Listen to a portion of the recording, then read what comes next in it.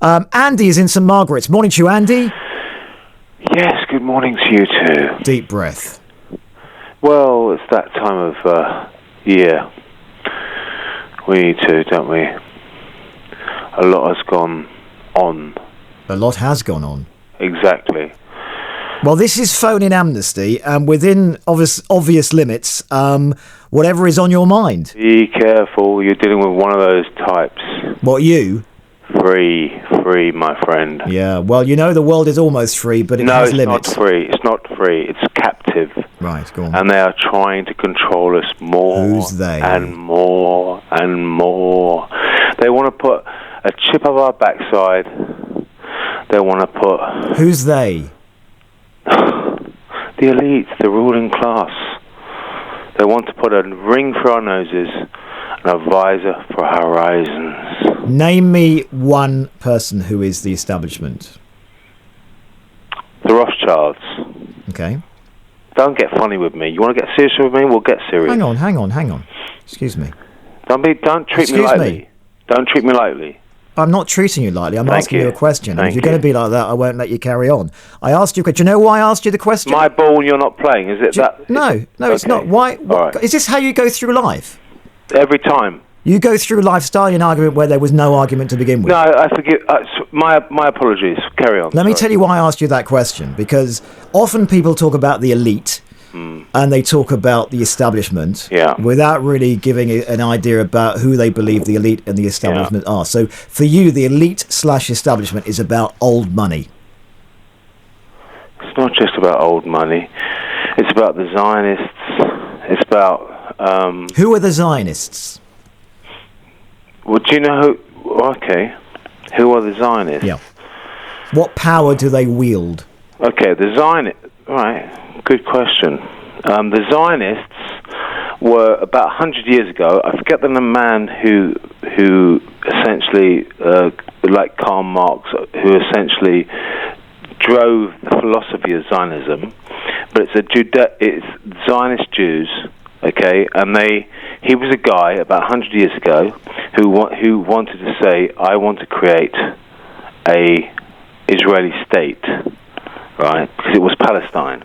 Okay, and most of the Jews of the world come from Eastern Europe, from a place called, originally, an empire called Khazaria, and they turned to Judaism about the 7th to the 8th century. They're not from Palestine. They came from there, and the Rothschilds, the people who own the Bank of England, the people who own the Federal Reserve, they're all Zionist Jews. The people who own the corporate America, the media, you'll find, if you just do a little bit of research, they're all Zionist Jews. We are ruled by Zionist Jews. How are you ruled? I mean, there's two things. I mean, in terms of Zionism and in terms of the creation of Israel, I was under the impression, and I'm sure many of our listeners were too, that came out of the end of the Second World War, where the League of Nations / United Nations, as they later became, decided that this was probably one of the best solutions in order to ensure the safety of a race of people who were almost exterminated in the Second World War. You don't believe that's the case? Well, you have to understand that, well, for a start, the history of Jews, okay, from Palestine, that area of Judaism, okay, it's a long, long history, thousands of years, has nothing to do with Zionism. You'll find a lot. We have been not told anything in this country, but in the mainstream media.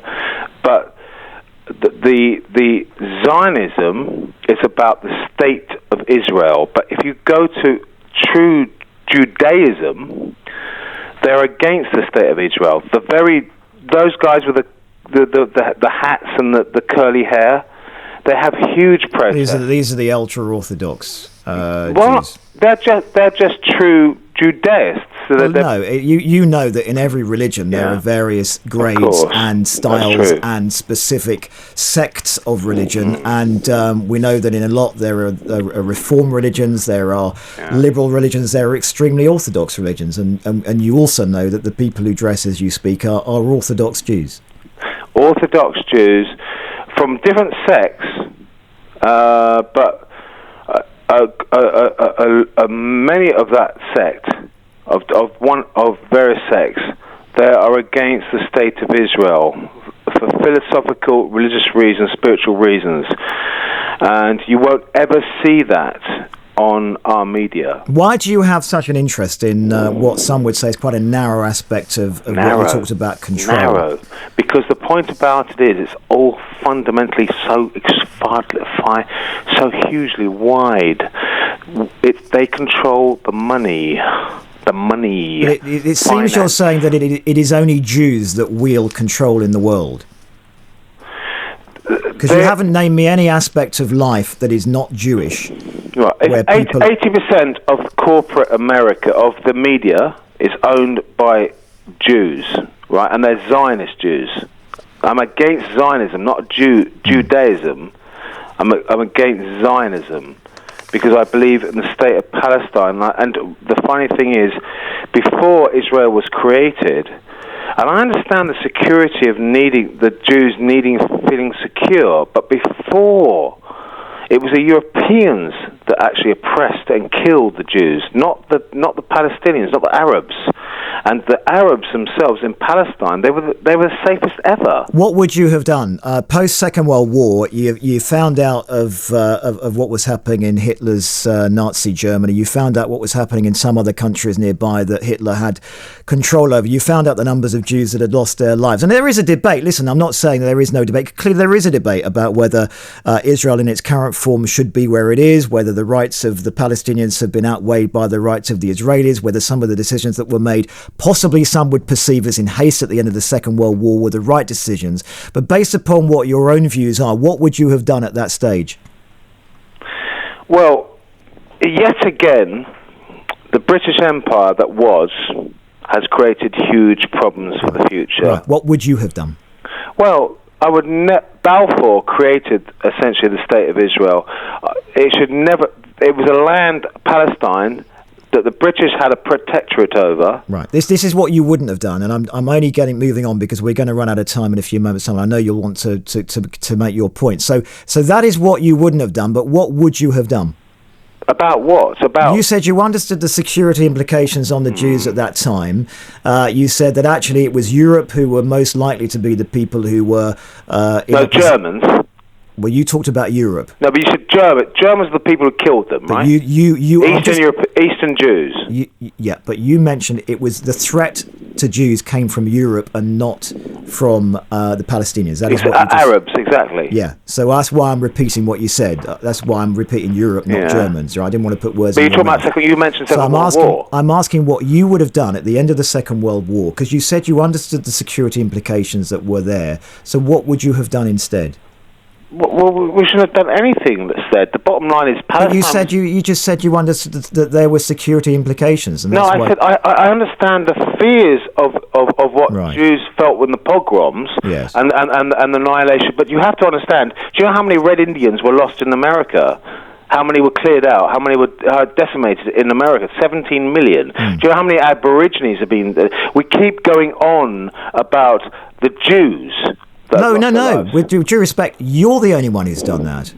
No, I'm doing it now, but I'm saying as mainstream media, they keep banging on about the Jews and the Holocaust. There have been many Holocausts. Well, there may have been, but I mean, I think there's two things on that. One, often the reason why certainly the Middle East is in the news is because there's live conflict going on, and there is not such conflict going on in the two other places you talk about, in America and in Australia. So that is one thing. Because they wiped them out. No, I understand that. Thank you. I understand that.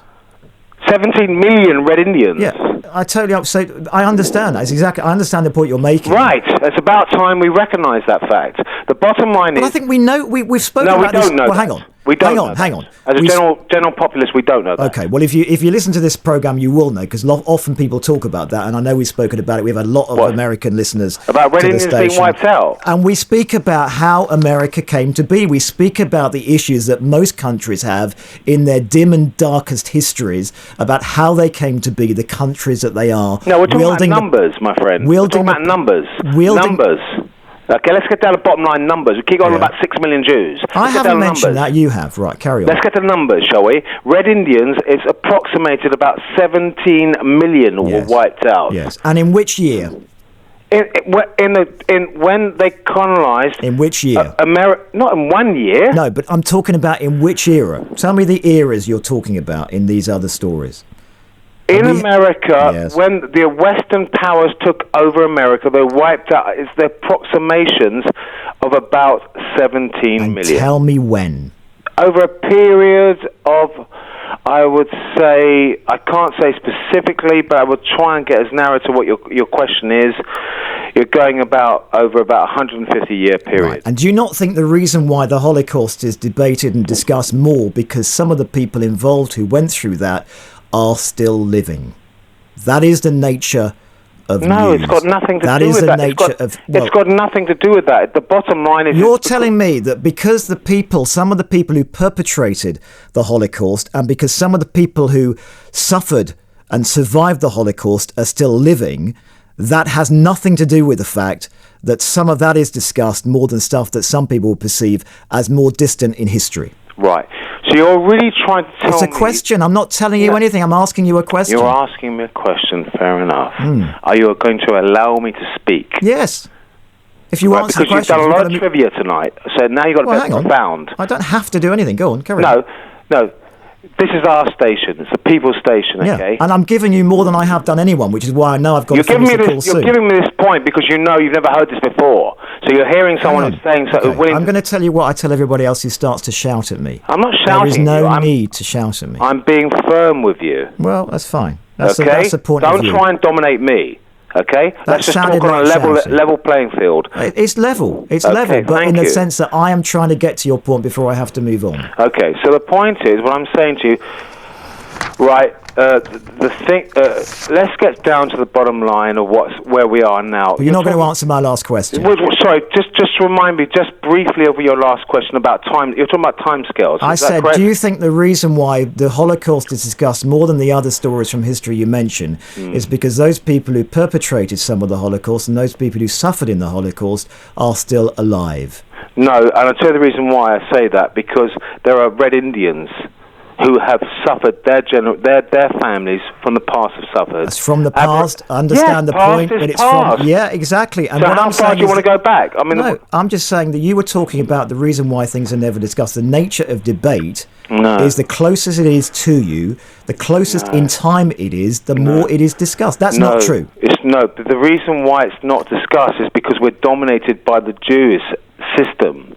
The financial Jewish system. The Rothschilds control us. In the Bank of England, the Federal Reserve is run by Zionist Jews. All right. Going to leave it there only because we're back to where we started on that conversation, and happy to take reaction on that call from Andy.